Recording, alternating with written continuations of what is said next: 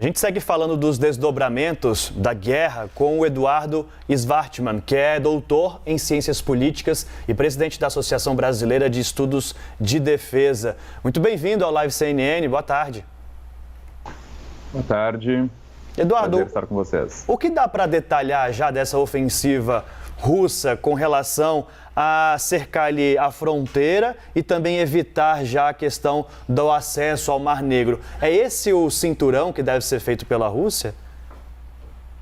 Então, em princípio, a gente trabalha assim com evidências, né? Se a gente não tem acesso aos documentos que informaram, os planos que informaram a invasão russa.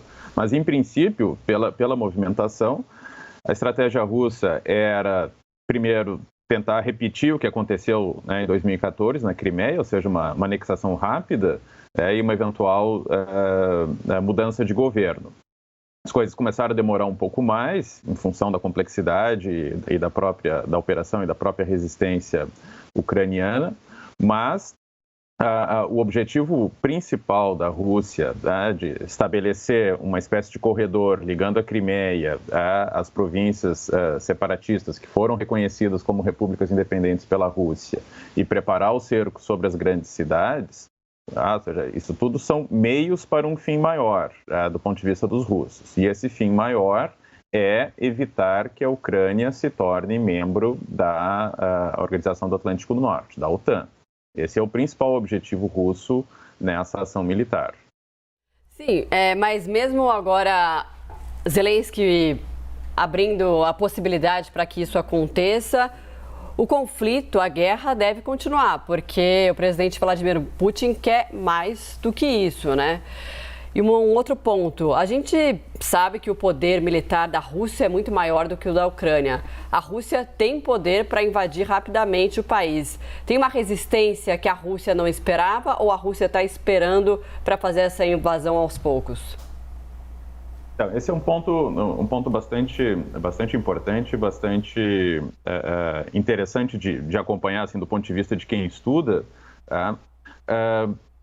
porque do ponto de vista da Rússia, né, ou seja, o objetivo maior é evitar a entrada para a OTAN da Ucrânia. Agora, as posições que vão sendo conquistadas ao longo do período, em termos de territórios, custos que vão sendo impostos à população ucraniana, são, ou deverão ser, ou estão sendo usados nessas rodadas de negociação que estão acontecendo como alavanca para obter determinadas concessões dos ucranianos e também da OTAN. Agora, por outro lado, também, a capacidade que a Ucrânia teve de estabelecer focos de resistência importantes, justamente nas grandes cidades, né?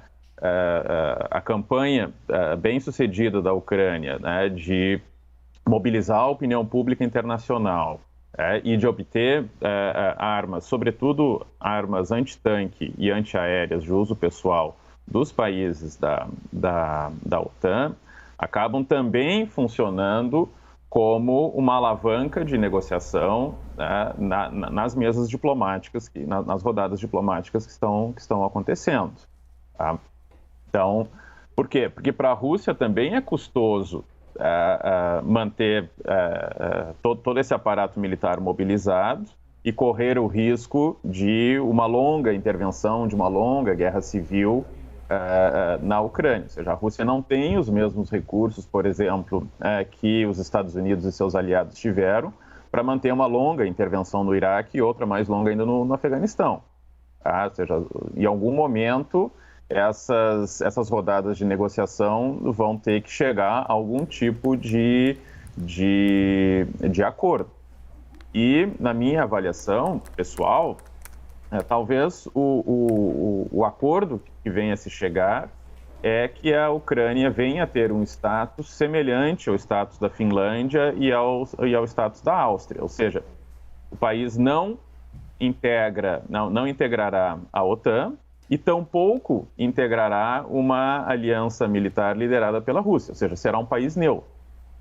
Agora, quando isso vai acontecer, em que circunstâncias? Bom, a guerra ainda está em curso. Sim. A eventual tomada de Kiev colocaria a Ucrânia e o presidente Volodymyr Zelensky em outro patamar de negociação mais desfavorável? Com certeza, com certeza.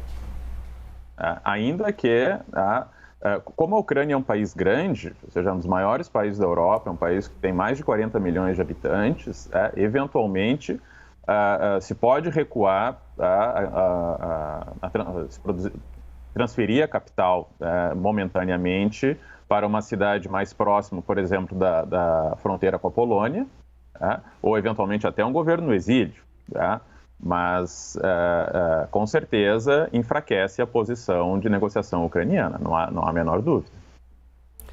Tá certo, a gente conversou com Eduardo Svartman, presidente da Associação Brasileira de Estudos de Defesa. Eduardo, muito obrigada, boa tarde, até uma próxima. Prazer, muito obrigado.